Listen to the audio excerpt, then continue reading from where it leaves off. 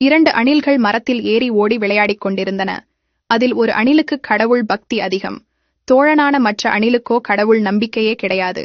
திட்டமிட்டு செயல்புரியும் பத்திக்கு கடவுளே தேவையில்லை என்று அடிக்கடி சொல்லும். விளையாட்டு மிகவும் சுவாரஸ்யமாக தொடர்ந்தது. விளையாடிக் கொண்டிருக்கும் போது பத்திமான் அணில் வழுக்கி மரத்திலிருந்து கீழே விழுந்துவிட்டது. காயம் எதுவும் படவில்லை என்ற போதிலும் கொஞ்சம் அடிபட்டு வலித்தது.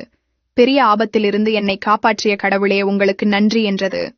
இதைக் கேட்டதும் மரத்தில் இருக்கும் அணில் சிரி என்று சிரித்தது.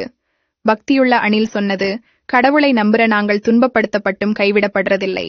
கடவுள் எங்களை கீழே தள்ளிவிட்டாலும் அதிலும் காரணம் இருக்கும் என்றது. தன் நண்பனை வேதனையோடு பார்த்தது கண்களை மூடி, கடவுளே இந்த அவமானத்துக்கு ஏதுவாய் நான் ஏதேனும் தவறு செய்திருந்தா மன்னித்திடு என்றது. அது கண்ணை திறக்கும்போது ஒரு கொடூர காட்சியை கண்டு நடுங்கிவிட்டது.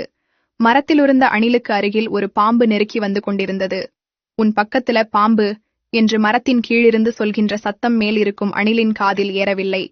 பாம்பு மரத்தில் இருந்த அணிலை லபக்கென்று கவ்விக்கொண்டது. தன் தோழன் மரத்திலிருந்து தவறி விழுந்ததற்கும் கூட ஒரு காரணம் இருந்திருக்கிறது என்று உணரும்போது அது முழுமையாய் விழுங்கப்பட்டிருந்தது. சில வேளையில் நாம் நடுமாறி விழும்போது உலகு கேலியாய்ச் சிரிக்கலாம். அது நம்முடைய உயிரை காப்பதற்காய் கூட இருக்கலாம். நமக்கு எது நிகழ்ந்தாலும் இறைவன் அதை நன்மைக்குத்தான் செய்கிறார் என்பதை உணர்ந்து கொண்டால் வேதனைக்கு ஏது இடம்?